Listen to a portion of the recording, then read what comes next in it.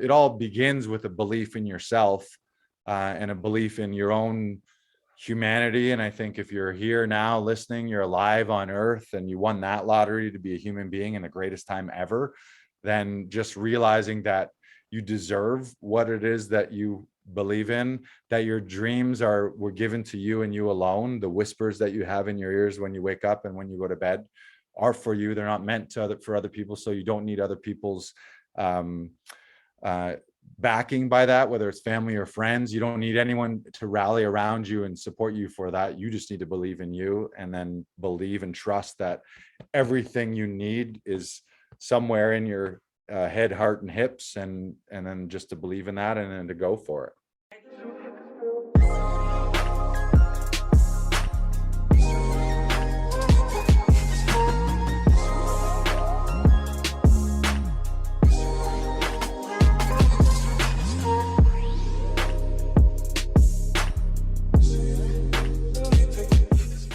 Welcome back, everyone, to episode number 28 of the Johnny Rogers Show. My guest today is known as Lou Handy on the show Oh Yuck. He's the owner of Laughing Vikings Studio, director of the Actors Audition Club, plus he's a stand-up comedian with a show coming up on February 27th at Bracebridge Hall. Ladies and gentlemen, my friend and yours, Lars Classington.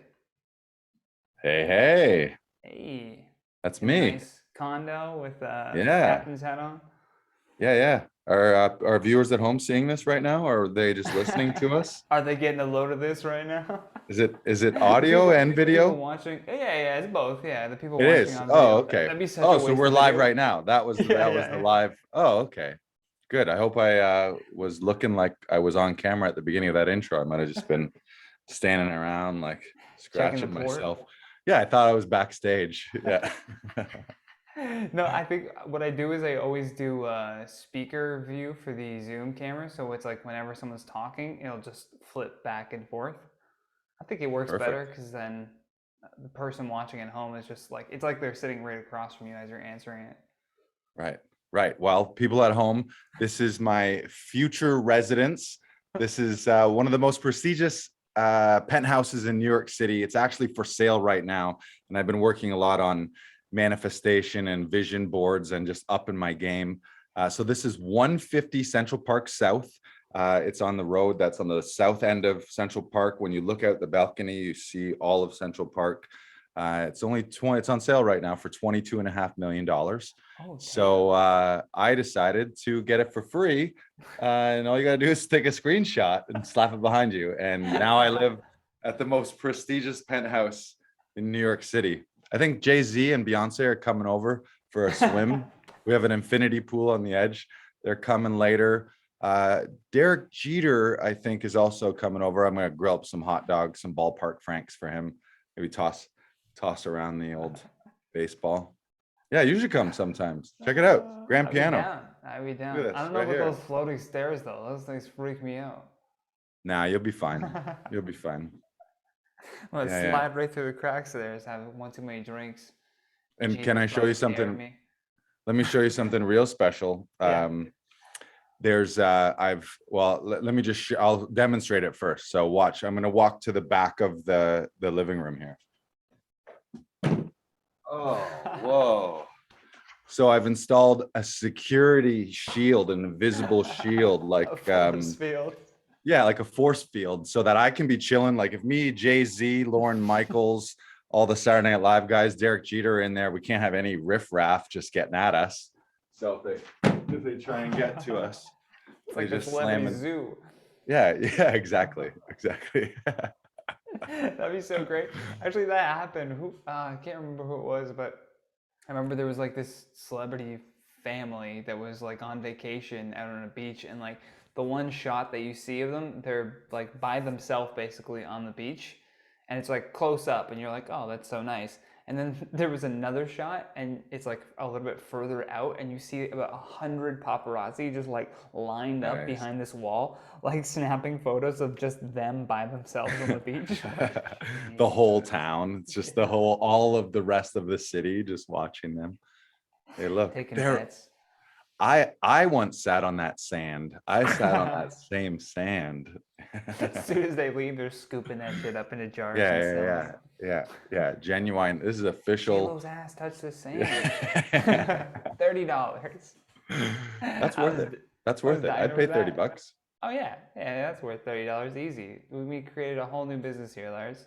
I New was in business Michael's the ideas. other day, and they were selling literal rocks in a Mm, jar, like rocks right. that you could just And get from the beach. I bet none of those rocks touch J-Lo's butt either. Exactly. That's Those are what I'm just saying. regular, those are just Those are just regular regular rocks, and they were buttless 15 rocks. bucks flat. Nobody's gonna buy their rocks once we unleash butt sand. J-Lo's butt rocks. Or celebrity butt rocks. You Yeah. just sell rocks that celebrities' butts have Yeah. touched. Yeah.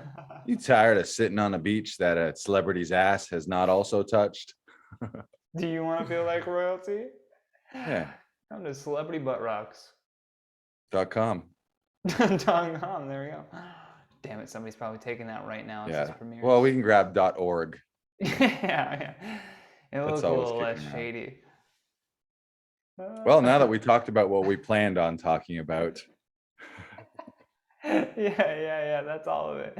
No, Johnny booked me on the podcast. He's like, "Hey, you want to come on the podcast and talk about ass sand?" And I say, "Yes, it's I about said for an time. hour. Somebody needs to bring that conversation to the front of the world right now.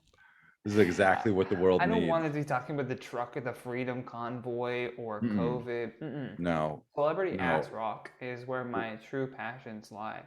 Yes, we won't say the C word or the V word tonight. Not gonna happen. And that, don't say it.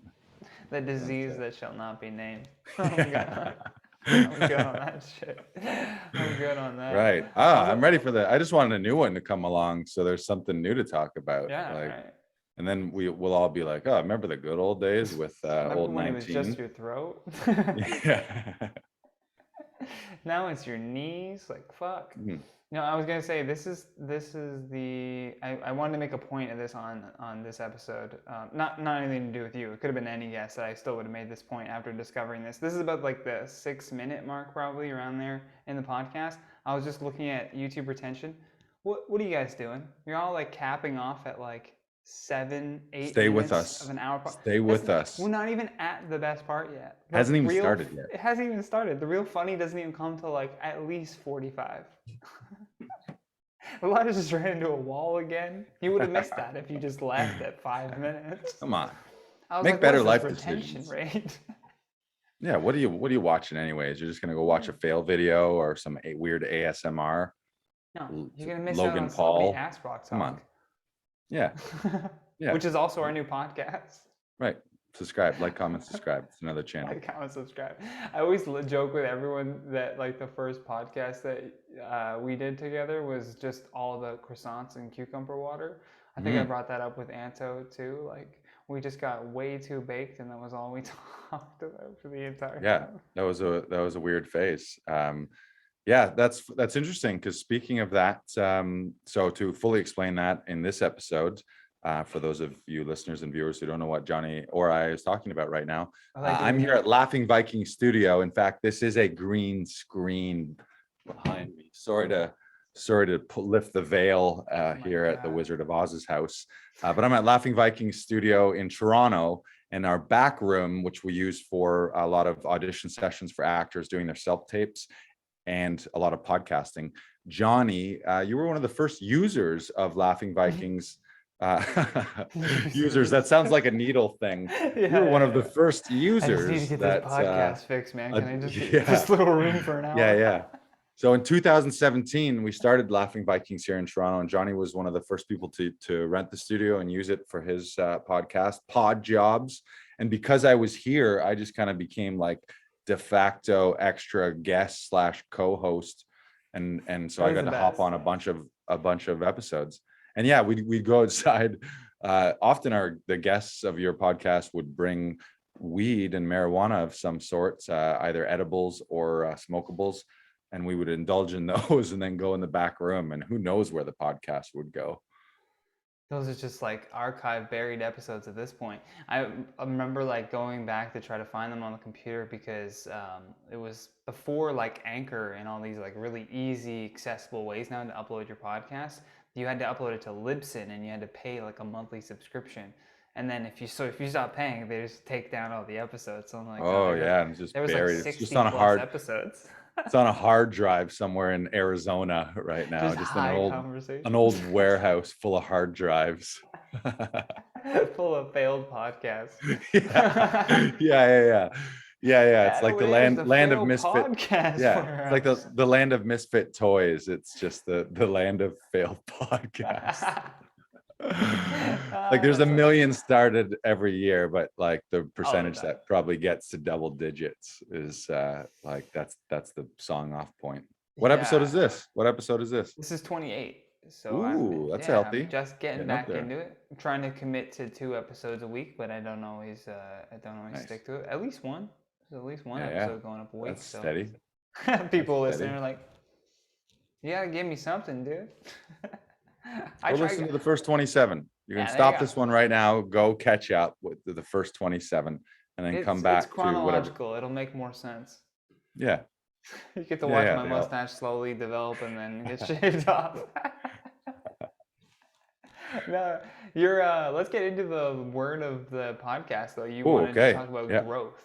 So Yeah. why So was I was growth I've never important? got homework before being a Yeah. guest on a podcast. And he said, think of one word to start the podcast. And really the theme, I think, of like the last year or two of my life since the pandemic has been just growth. I think that's what I settled on after the initial freak out of what is happening, what is my life going to be, how do you be an actor and or a live performer as a comedian when the world is shut down and nobody's allowed to go anywhere. After that initial first 4 months, and as things have slowly but surely started to adapt and change to this new world, I was like, okay, at some point early on, I had the thought of, if I was truly like locked down, like if I was in a jail cell, like solitary confinement, what would I do? And it would be, if I had an opportunity, I would just learn new things, read books or listen to podcasts or read blogs and work out. That would be all I would do. I would just do like push-ups and air squats and lunges and things like that, and then just read books to try to get better, so that eventually when I'm out of that scenario, I'm at least a better version of myself. So that's where growth came from. Nice.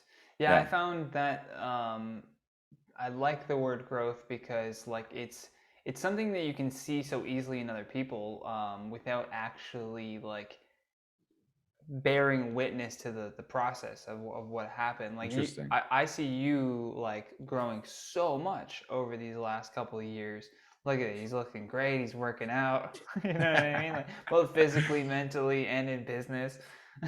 You've grown so much. Your arms are at least 28 inches. I'm not even talking about like the business. Yeah, that's why I said growth. It was like any Yeah. chance I get to flash the biceps on a podcast. By the way, if you're only listening right now, you're not getting any of this. I was just flexing for the camera. It was human growth hormone that he wanted to Right, talk that's about. what I meant. Yeah. Yeah. Actually, I meant HGH. That was my word. Yeah. No, but like you see all of this and you're like, oh, that's amazing. Like it's all paid off. But then you don't see the 4 months of like somebody going through it where they're just. And I think we need to talk more about like those parts specifically and giving out like tools of what did you depend on to get you out? Was it working out that like kind of helped you those days where you were like feeling that hopelessness or that loss, or because like we all want growth, like everyone wants growth, even people who like seem like they're not going anywhere, they still crave the idea of it, right? But it's like, how do you motivate yourself to work towards growth? You want me to answer that? Yeah. Okay. Well, Lay me, it I down. stumbled upon early pandemic. I stumbled upon a man selling magic beans, and Tell I me was more. like, Turns out they were NFTs, and I've been Oh. doing all right. No,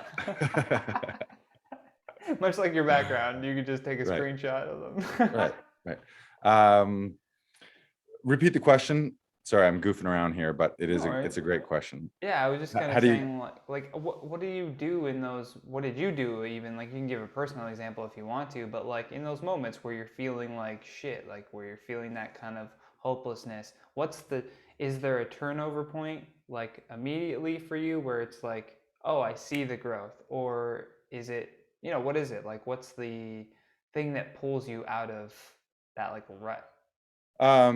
I'll give you a two-part answer. For me, it was always making a decision to control what I can control and to let go of things that I can't. I can't control government mandates and shutdowns and a virus and hospitalizations and death counts and all of that stuff happening.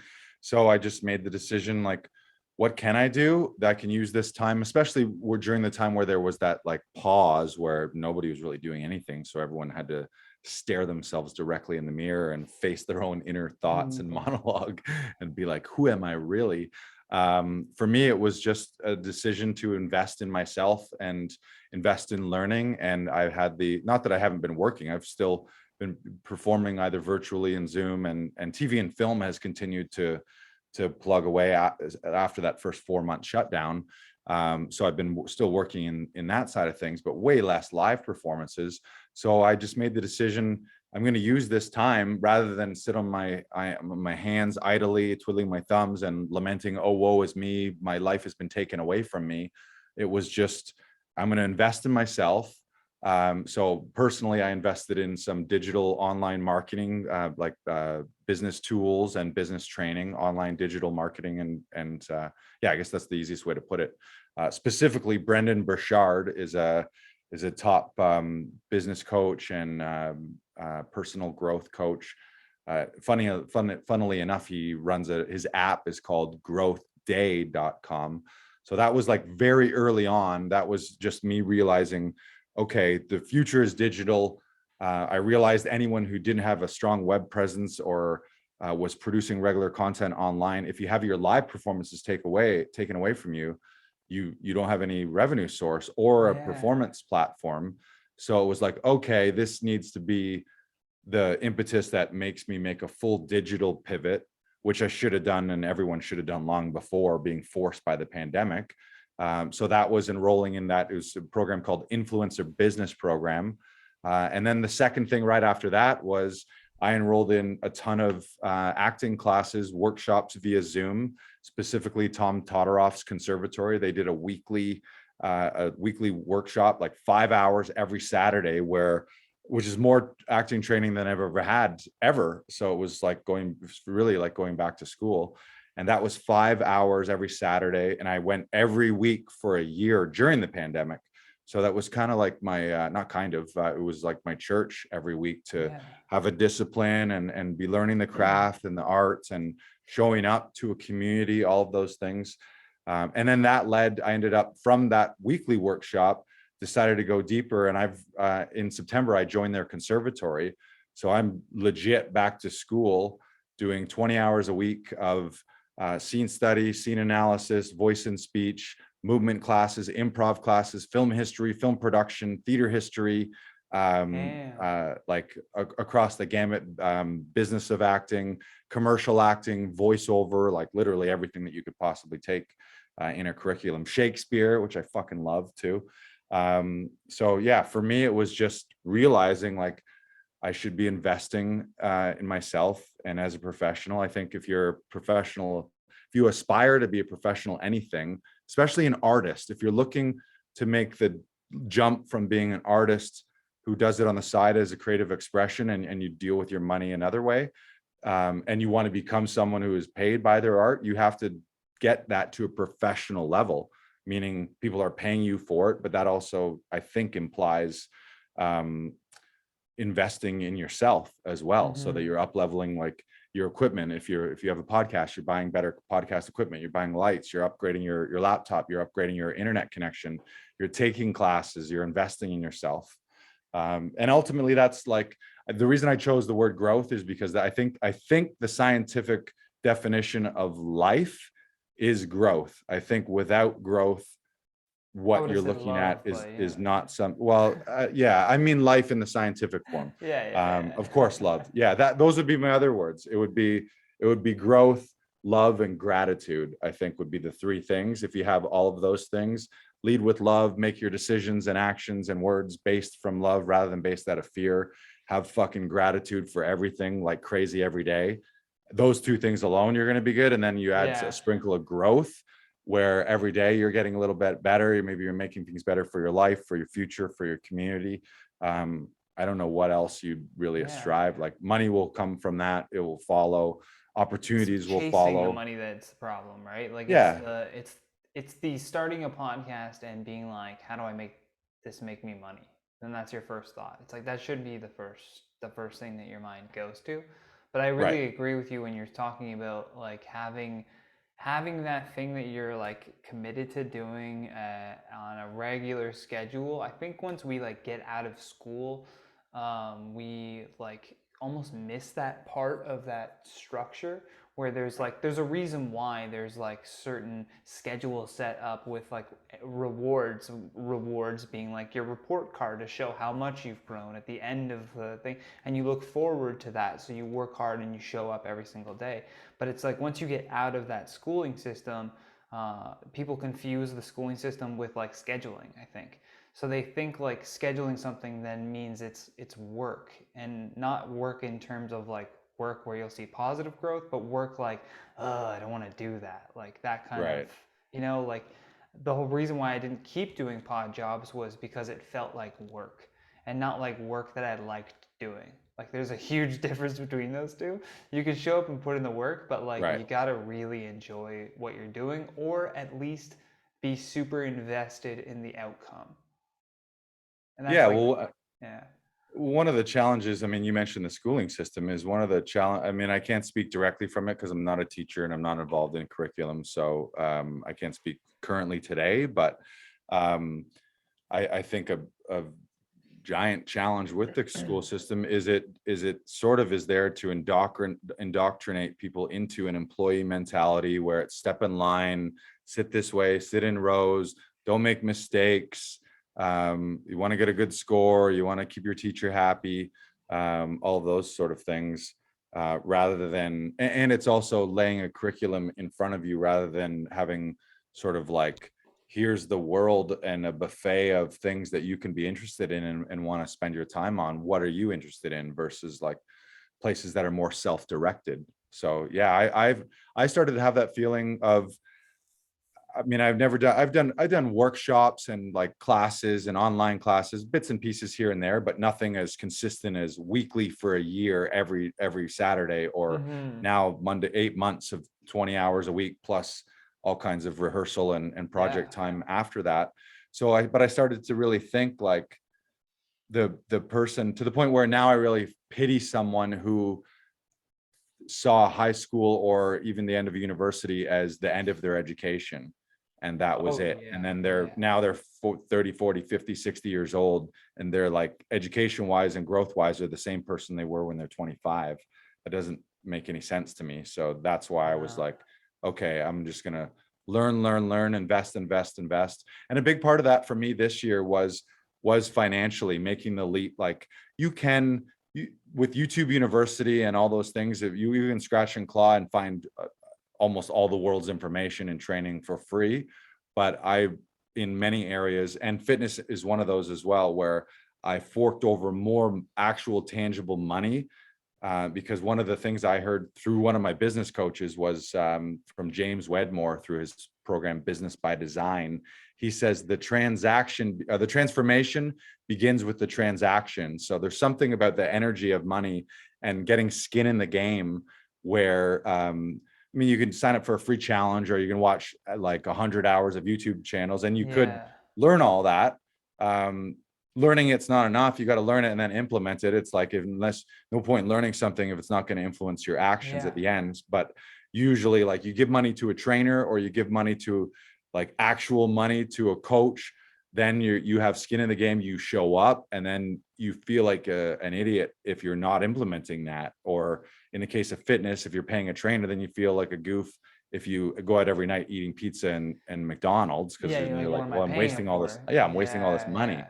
So that was a big part. Like this, more than any time in my life this year, I've invested more money into my own profession, like equipment and gear and having mics and having all the laptops and stuff for live streaming, stuff for in-person shows, and then just training, whether it's acting training, voice training, performance training, all of those things, business training. Like, it's just like, I'm just going to invest the fuck out of myself Yeah. and then reap the rewards, rather than, what do you invest in otherwise? You can invest in Uber Eats. entertainment only and things. What did you say? I said Uber Eats. Yeah, exactly. Yeah. Exactly. Yeah, I mean, I think you should spend a good chunk of your money on experiences and education, and keep Yeah, some stuff, but man, the people stopping and like stopping or like not wanting to continue with any other form of education like after post-secondary is so common, and it's like you said, it's like one of the things that could actually change everything from like for your whole life, your whole set of circumstances. My grandfather was like, I think he was in his 60s. He went back to college and took like an art program because he wanted to learn how to paint better. Just to make his retirement like a little better. He's like, I have all these ideas of things I want to paint, but I can't put it on the canvas. Let me, at 60 or something, let me go take an art course so I yeah, can it's amazing. enjoy that hobby a little more. He wasn't doing it for money or anything. Like, Right. he'd donate paintings to like the hospitals and retirement homes, like literally just a hobby. But like seeing that has always reinforced me that like, oh yeah, the learning process like never stops. And in fact, like you shouldn't want it to stop.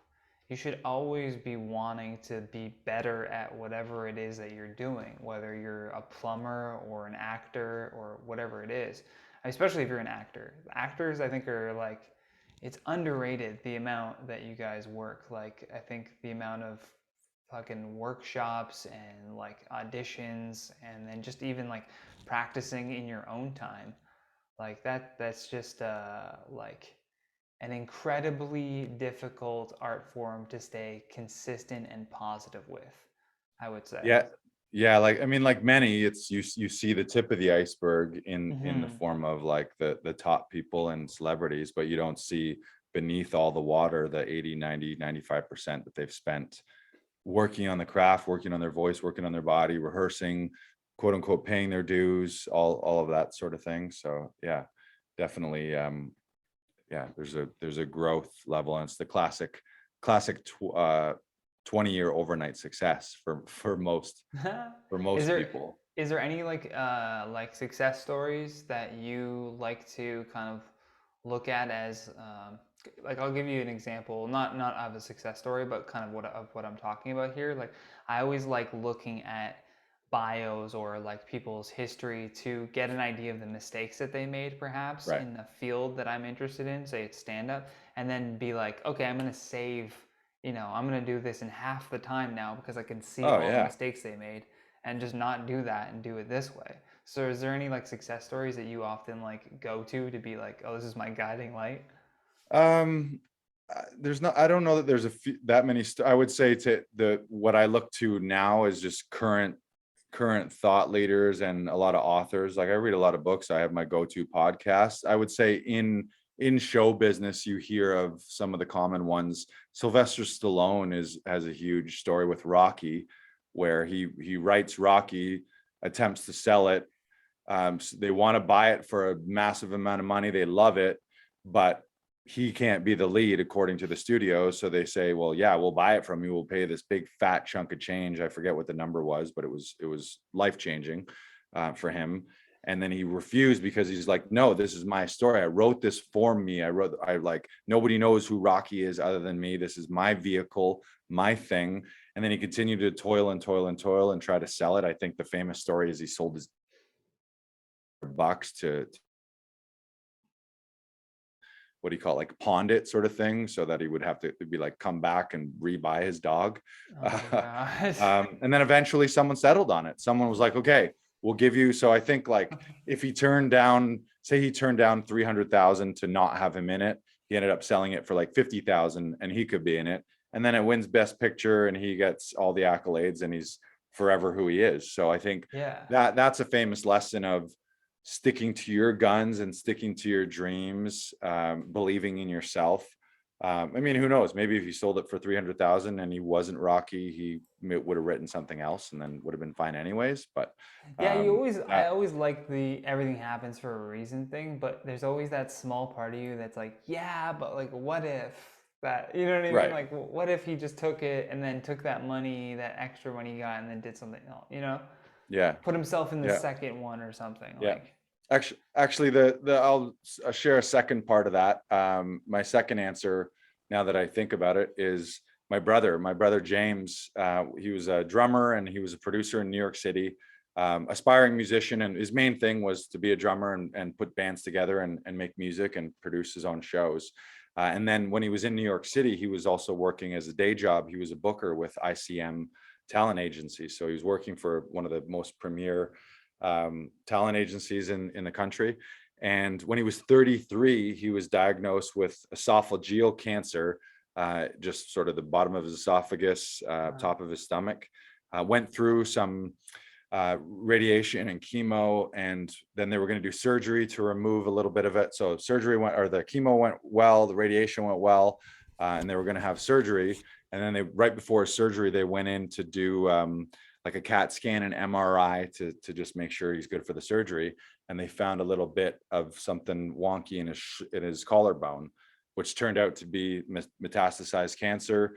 Very quickly spread to his brain and his spinal fluid. And he was diagnosed in, I think, like February of 2003. And by December of 2003, he died. He passed away from it. They, at one point in August, they gave him 2 months to it, 2 years Wow. being terminal, being Yeah. in his brain.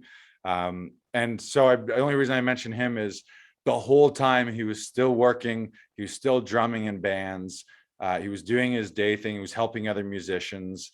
A week before he passed away, he did a show in Times Square at BB King's, the famous blues bar there, where he was kind of loopy and still on chemo drugs and on like a little bit of morphine and some steroids. So he was a little fucked up, but Crazy. drumming his fucking heart out with his band. And it was a cancer fundraiser, which turned out to be his last performance. He died a week later in New York City. But his story really inspired me. That was 2003. I didn't start stand up till 2009, but part of that, seeing him, what it was seeing someone in the pocket, living their dreams. Like he was born in Toronto, was always wanted to be a musician and in show business in that way. Moved to Toronto or moved to New York to pursue it at a higher level.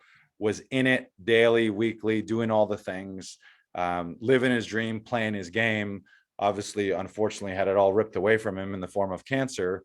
But I never forgot that, where I was like, man, don't ever get caught living your life playing some game that you don't even give a fuck about and then dying, and then, or being on your deathbed thinking like, what did I even do? I had one opportunity here. It's Eminem. It's if you got one shot, one opportunity, will you capture it? And Yeah, it's that, and he's that, talking it's that about just story. life, not even just like Yeah. an opportunity to do Yeah. something. Like, Yeah. just Not even this is the financial. Just what do opportunity. you want your life to be? Yeah, yeah. So I witnessed that at a young age. I was only 25 when that happened, and I was in a corporate Wow. career. And then 5-6 years later, but I think that seeing him, that was the beginning of me realizing, okay, don't be doing something in a 9 to 5 or a corporate scenario just for a paycheck that isn't Yeah. fulfilling and isn't your top level dream or your top level best self. And that's what, interestingly enough, I watched Eminem's 8 Mile and Notorious B.I.G., the Biggie Smalls movie, in a Yeah. span of like 2 months right before I started stand up. And Uh, those two movies too were just fucking pumped me up so much that I'm like, I got to do this. And then I don't know if you know this, I answered an ad on Kijiji that said, so you want to be a comedian? And that was my first. I had made a couple silly videos on YouTube, just some like dumb white guy raps, sort of in the vein of John LaJoie's music at the time. Really a ripoff of that, or I was inspired by him. So I decided to make my own goofy raps, but then quickly started to do stand up after that. And it was first my brother, then always being inspired and being a big fan of comedy and big fan mhm. of sketch comedy. Like I was a fiend for devouring Saturday Night Live, In Living Color, Mad TV, SCTV in Canada, Kids in the Hall, and then like obviously Simpsons and Family Guy. Yeah. So I was just one of those guys who was like, I was enamored by comedy, and around my buddies, we'd always be quoting those things. But there I was working in a corporate world, sort of doing one thing and almost in a way acting. Like I was sort of Yeah. acting like, oh, what's a corporate guy supposed to do? How do we talk? Like, gotta be formal and gotta be professional and I all these noticed we things. do that, like as humans. Like I had a friend who just joined like like reserves, basically the Army Reserves, and then he was there for maybe like 8 weeks or something, and then he came back and he was like completely different, just standing completely straight. We're like, Right. he's talking in a certain way, you know, he's saying like shit like, oh, 1200 hours. We're like, what's Right. going on? And it's because he Well, had like taken over, like that's how you fit in that environment, right? Like we all right. kind of mold ourselves to fit the environment that we're finding ourselves in. It's very rare that you get to just like be yourself. Like I am just who I am. That's what I wanted Yeah. this podcast to be out too, is just to get me out there. I don't know, like if there's people interested in learning more about me, here it is. You can listen to Yeah. hours upon hours upon hours. Yeah, But this exactly. And this corporate job, did you, so like were you already, prior to everything happening with your brother, were you already like thinking, I'm not really happy with this, like I don't really like, or were you that was just kind of really the going through it?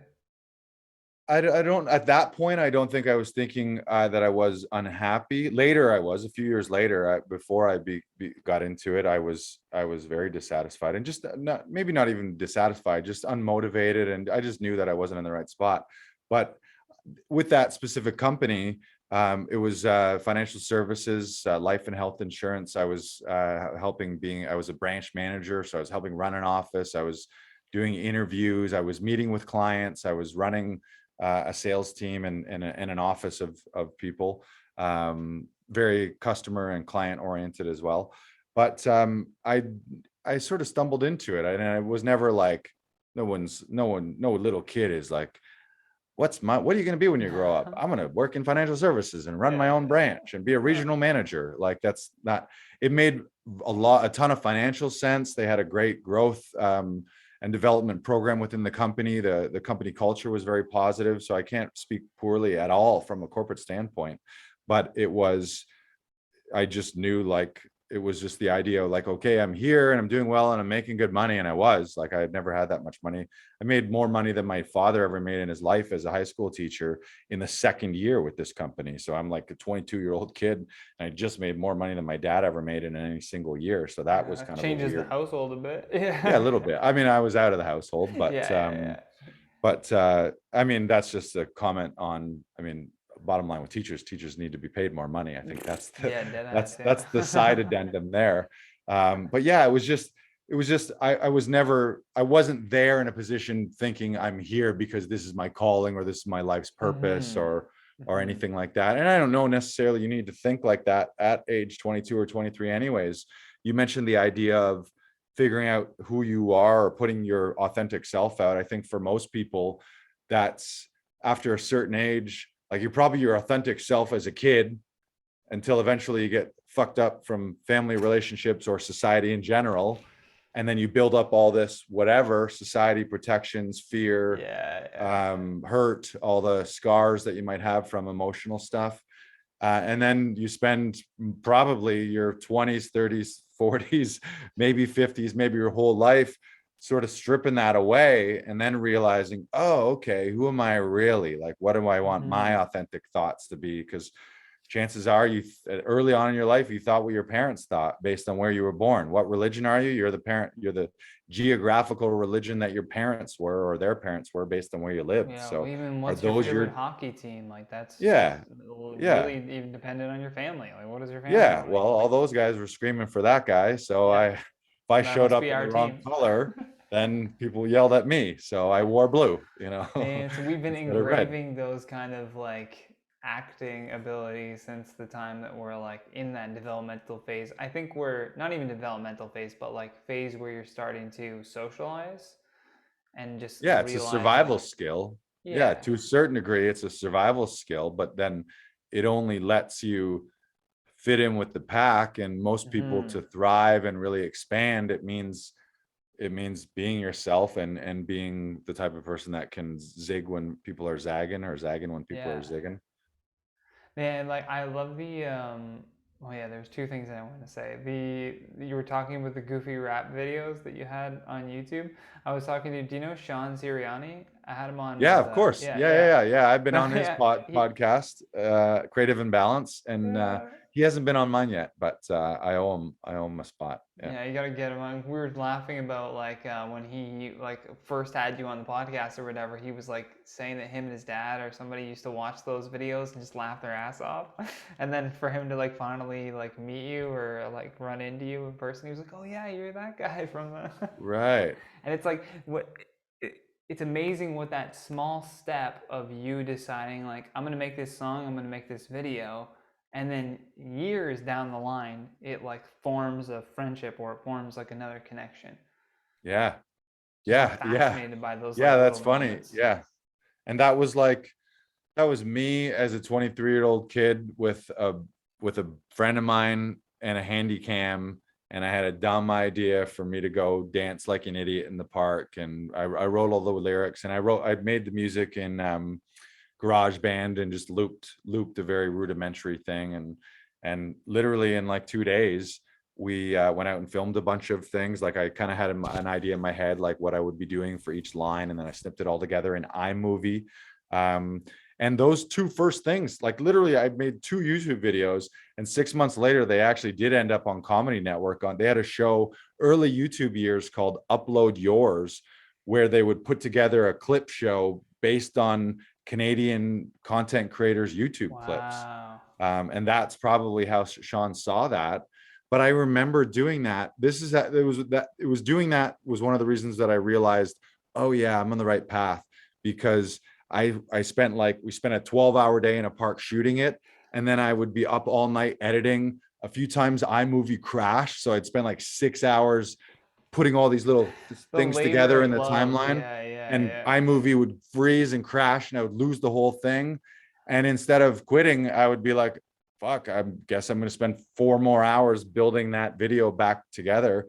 And Oh I just man. lost, I wasn't really paying attention to time or eating or sleeping. And I was just like, oh, I fucking love this. And it was just mostly silly bro jokes, dick jokes. Like there was nothing highbrow or brilliant about it, but it was goofy and fun.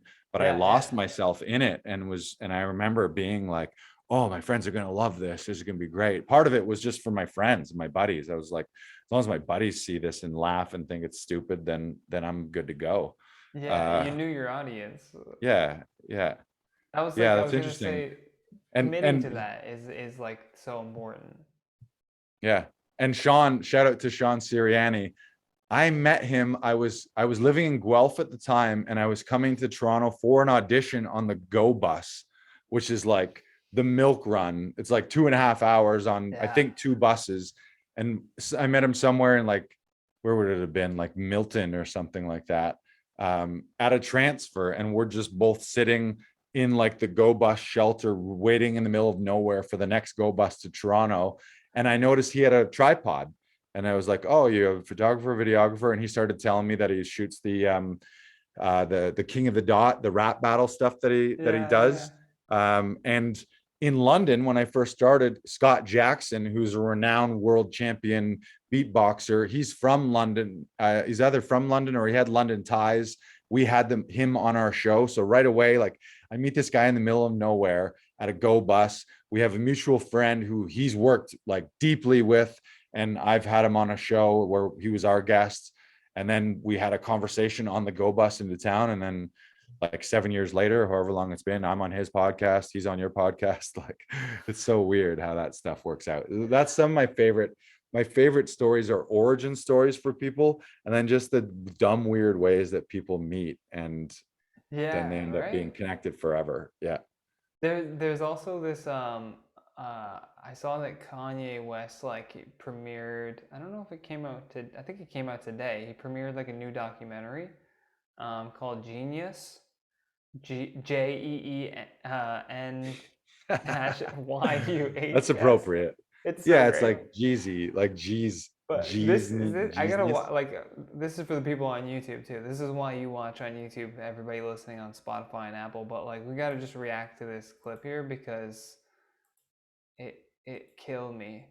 So the fact that on, can you see it here? It says screen sharing. There it is. Yeah. Yeah, you good? You got it? Okay. Yeah. So, talking about like Sylvester Stallone and knowing exactly like what he wanted in his vision and people not being able to see it, you would think looking at Kanye, you're like, if Kanye pitched like, let's sell Yeezy diapers, everybody would be like, yeah, let's go. You're Right. genius. But it wasn't always that way. And this clip is literally evidence of it. This man, I've never seen anyone get denied so hard for a song that ended up being like one of the selling millions of copies. Literally. Is it Gold Digger? Is it No, Gold it's not Digger? gold there. Oh, Hold okay. on, watch this. He's like, let me play some stuff. He's trying to play music for the record company. We're gonna get taken off YouTube. Literally takes out his teeth for the marketing producer. Amazing. Was it? Okay, he's rapping. Watch. There's a knock at the door. He goes and lets in the person as he's trying to play them his song. And then people just come in the office and just start talking and having totally different conversations right in the middle as he's like, I have this really cool song that I'm working on. That'd be great if you could just like listen to it. I'm just gonna pop it. And Like, people don't give a fuck. Like, yeah. And in that moment, he's like, this is my shot, my one yeah. opportunity. He's like, I'm gonna bring the Yeezy, and I'm gonna after this, I pop it just in. pop off. Yeah. This is it. He This is literally it. thought, this is it. This is my moment. And so, you know what I noticed though is like it's his very like meek demeanor at this stage in his life that is the reason why no one's listening to him. Because like the second that you start hearing like the big Kanye West like origin stories is when he was acting like not crazy. I don't want to say crazy, but acting like very confident. Let's say that he would literally like Jay-Z tells the story of him like getting on the table in the middle of a recording session when he was just a beat producer, didn't even have an album out, and he was like, I'm the greatest rapper alive, like I'm gonna save Chicago, like he's saying Yeah. like all of these crazy things, and they're like, this guy doesn't even have an album out yet, and he's like Yeah. acting like he's like the king of the hill.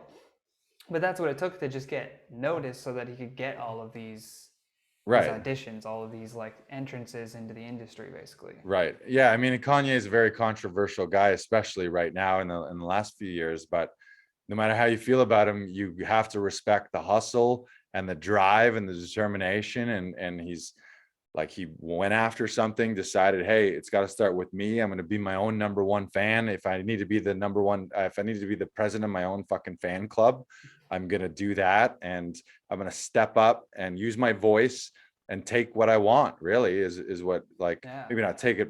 I don't know about take it from others, but get what you want. I'm assuming that Kanye is a fairly abundant minded guy. So I don't think he was thinking, I gotta take shit from other people, but I'm gonna get what I He's like, want, I'm gonna right? create Like, it. Like I'm gonna yeah, I'm like gonna create it. I'm gonna go after it. And I think, especially in Canada, we're very apologetic and very polite. We like to ask for permission here in Canada.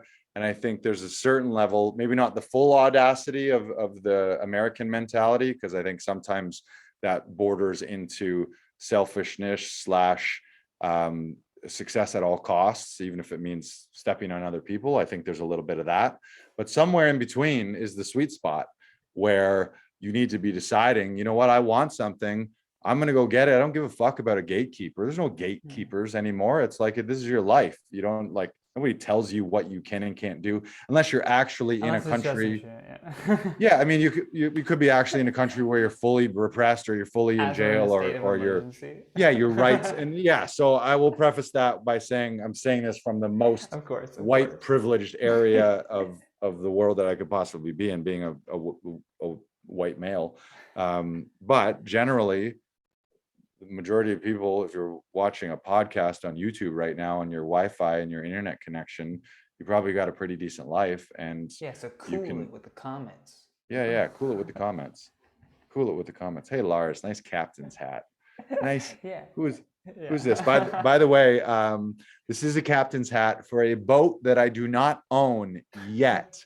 Like Yes. my penthouse here at 150 Central Park South, the penthouse of the Yeah. Hampshire House building in You're Central not Park. running a con. It's manifestation. It's manifestation. Yeah, That's the defense. I was given the hat to feel my way into it, and it's going to be the one I got my eye on is 100-foot solar yacht. So solar, I feel like I never wanted a yacht before until I heard about these ones that were solar, because I didn't want to be that much of like, they're just gas hogs, just big polluters. But it's zero emissions, unlimited range, and my idea, Johnny, is to have it like it's a floating studio slash showboat going port to port around the world globally, VIP private parties, private shows, Like it. like land in a port, maybe do a show in the city proper, and then the late show or the VIP after party. Kanye, you're invited. Johnny, you're invited. Jay-Z, Hey. Beyonce, you're invited. Same Uh, booth. yeah, same booth, right here, right here. Yeah.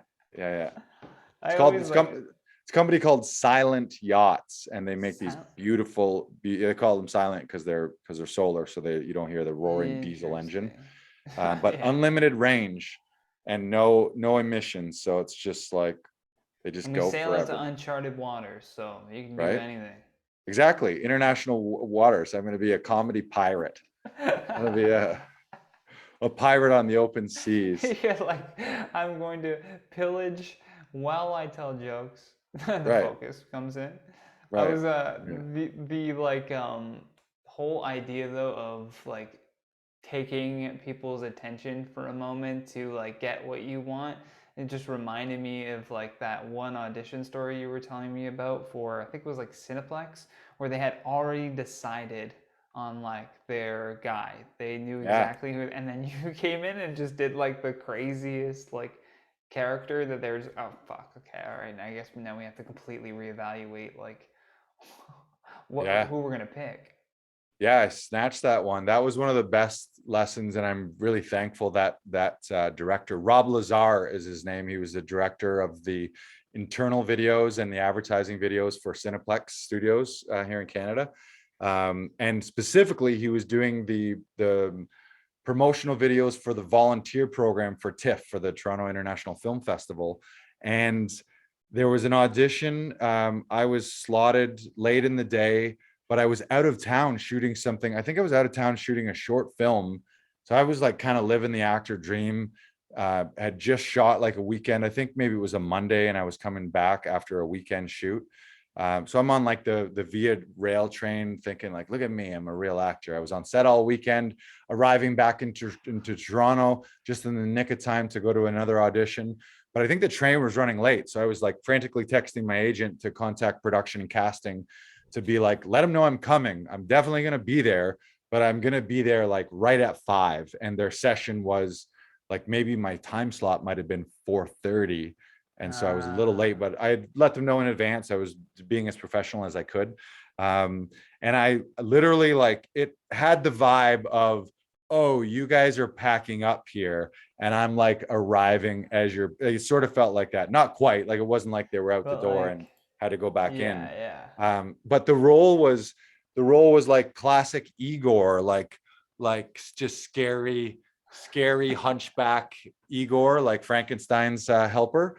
And the Rob Lazar told me after, and I'm so thankful he told me. He said, "You came and just committed. Like they made me improv some stuff, and they were like, you were just so terrifying." Also, they saw me come in, and they're like, "Okay, we already know who our Igor is." By the end of the session, they had their lead person, the guy that they Yeah. wanted it to be. And then I walk in, and I'm like 6'3", blonde hair, blue eyes. Like that's not Igor, but I got the physicality of it. I just kind of made myself gross and made ugly faces Yeah. and put on a little voice, and they made me like improv. I think they were like, if you're Igor, improv having us over like we're your dinner guest or like we're your date sort of thing. So it Yeah. was very like creepy and like, yes, try this, like that kind of stuff. And they were like, you took it, your performance and your commitment. Our mind was made up, and we're like, we got to give it to this guy. And then thankfully he told me that, and I always learn that lesson of like, even if you don't fit the breakdown, maybe you don't think it's for you, maybe you arrive in the day of in-person castings, maybe you arrive to the waiting room and you look around, you're like, okay, everyone looks different than me, I don't look like any of these guys, like why am I here? Just realizing that you and your performance, or like Steve Martin behind you always used to say, be so good they can't ignore you.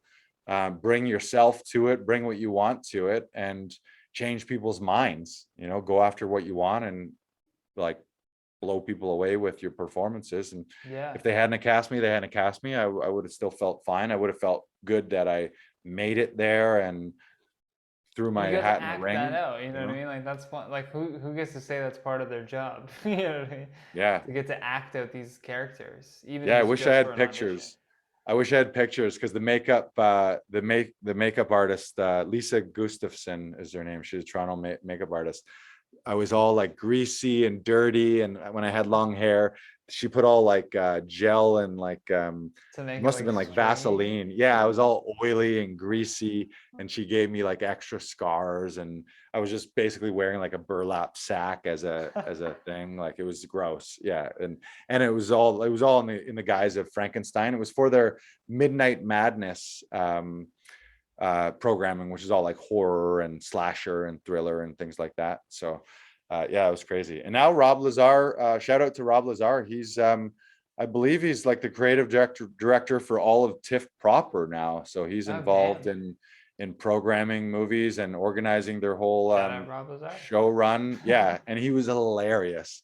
Rob Lazar is one of those guys where and anyone listening, I feel like people listening will know him because he was casting a lot of spots regarding that TIFF campaign. But he may be the funniest guy I know who was not a comedian. He was just so like the type where, I don't know if you've ever been around people who are not comedians and you're a comedian, you're like, your agent was like that. I was losing my shit. Where I'm like, you're funnier than me. Like that doesn't mean that he can do stand-up, because being on stage in that atmosphere is different. But I've been around people like that where you're like, I'm not even a comedian compared to you. You're fucking hilarious. Like everything you drop, and to the point where you don't even have a comeback. Like he'll zing you with something, and you're just like, and you're like, I don't know I have nothing to say to that, but that was great. Fuck. Dude, we're coming up to an hour here, so I always ask one last question. If you could picking up a phone right now to a multiverse, so none of this affects the actual timeline that you live in right now, right? But you're calling 15-year-old Lars in the multiverse in an alternate reality. You're gonna give him a little bit of advice. What do you say to him? I would say you're destined for greatness. The seeds of greatness are inside you. And that might be it. Imagine that in that timeline, he's just puttering over the seeds of greatness are inside me. What does that even mean? What did I eat? Oh shit, I ate a watermelon earlier. That wasn't a watermelon, that was a greatness melon. I think that's the message to people is, I mean, we talked about growth. So yes, you have to train, you have to develop, you have to learn, you have to seek out mentors, put in the work, put in the discipline.